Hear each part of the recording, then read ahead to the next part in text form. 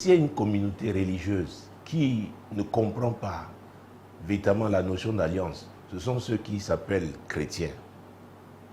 Parce que les autres ne jouent pas avec leurs alliances. Les serviteurs du diable, oh mon Dieu, ils respectent scrupuleusement, ah oui, les termes de leur alliance avec le diable.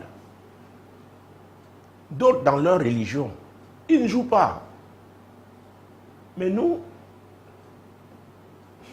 avons amené la démocratie à l'Église. Nous avons aussi, et nous essayons d'instaurer, n'est-ce pas, une sorte de liberté qui plutôt est du libertinage. Parce qu'on veut aujourd'hui que l'Église s'adapte au monde. Mais permettez-moi donc de revenir sur la notion d'alliance. Elle est très importante. Nous les chrétiens devons la comprendre. C'est pourquoi je parlais de choix tout à l'heure. Et j'insisterai avec la notion d'engagement. Ah oui. Donc quand on parle d'alliance, c'est un pacte. C'est un accord. Et la plupart des alliances ont d'abord un fond spirituel, une base spirituelle. Il y a des esprits, n'est-ce pas, qui sont au contrôle, qui sont engagés. Donc, ignorer la notion d'alliance, c'est s'exposer à beaucoup, n'est-ce pas, de problèmes. C'est pourquoi vous rencontrez des gens à l'église. Ils sont là, même après 10 ans, leur vie n'a pas changé.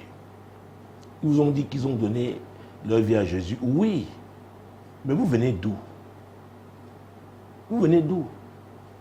Du temps des Ézéchiel, Dieu avait envoyé, n'est-ce pas, son serviteur, le prophète. Quand vous lisez Ézéchiel chapitre 16, verset 1 à 4, c'est très important.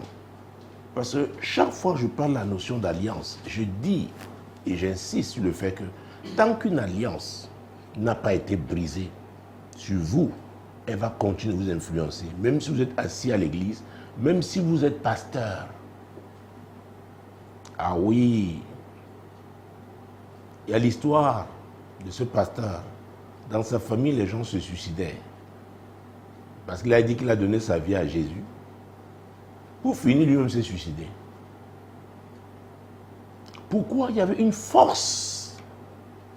Est-ce que cette force est supérieure à celle de Jésus? Non. Mais il faut savoir comment opérer. Dieu dit dans Osée 4:6, mon peuple périt par manque de connaissance. Et parce que tu as refusé la connaissance, je te rejette. C'est très important. Alors je parlais des origines. Ézéchiel 16, verset 1 à 4. La parole de l'Éternel me fut adressée en ces mots. Fils de l'homme, fais connaître à Jérusalem ses abominations.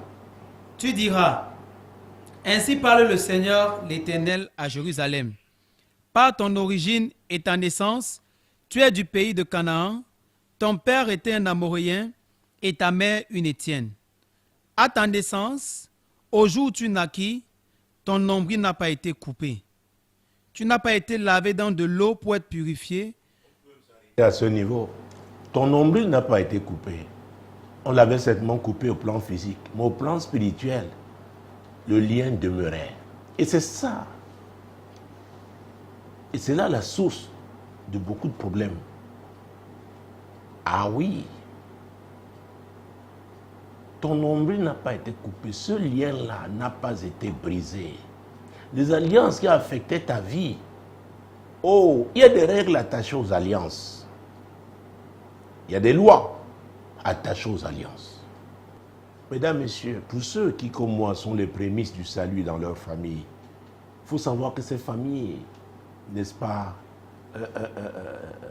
adoraient d'autres dieux, même sous forme de religions connues. Avant d'adorer ces dieux-là dans leur religion, avaient leur propre Dieu. Il y a des alliances que les ancêtres ont fait, n'est-ce pas, avec ces dieux-là. Alors un beau matin, vous rencontrez Jésus, gloire à Dieu, vous lui donnez votre vie, et il y a une joie là. Et la plupart des prédications disent, désormais vous êtes libre, c'est terminé, ça va, confesser seulement. Oui, j'enseigne sur les confessions. les confessions positives. J'enseigne, mais je dis, avant de les faire, on doit avoir une base solide. Ce n'est pas une affaire de zèle. Ce n'est pas une affaire de zèle, les amis. Si votre père était un chef coutumier, vous n'êtes pas n'importe qui. Si votre père était un marabout ou un féticheur, vous n'êtes pas n'importe qui. Vous êtes sous l'emprise de certaines alliances, des alliances particulières.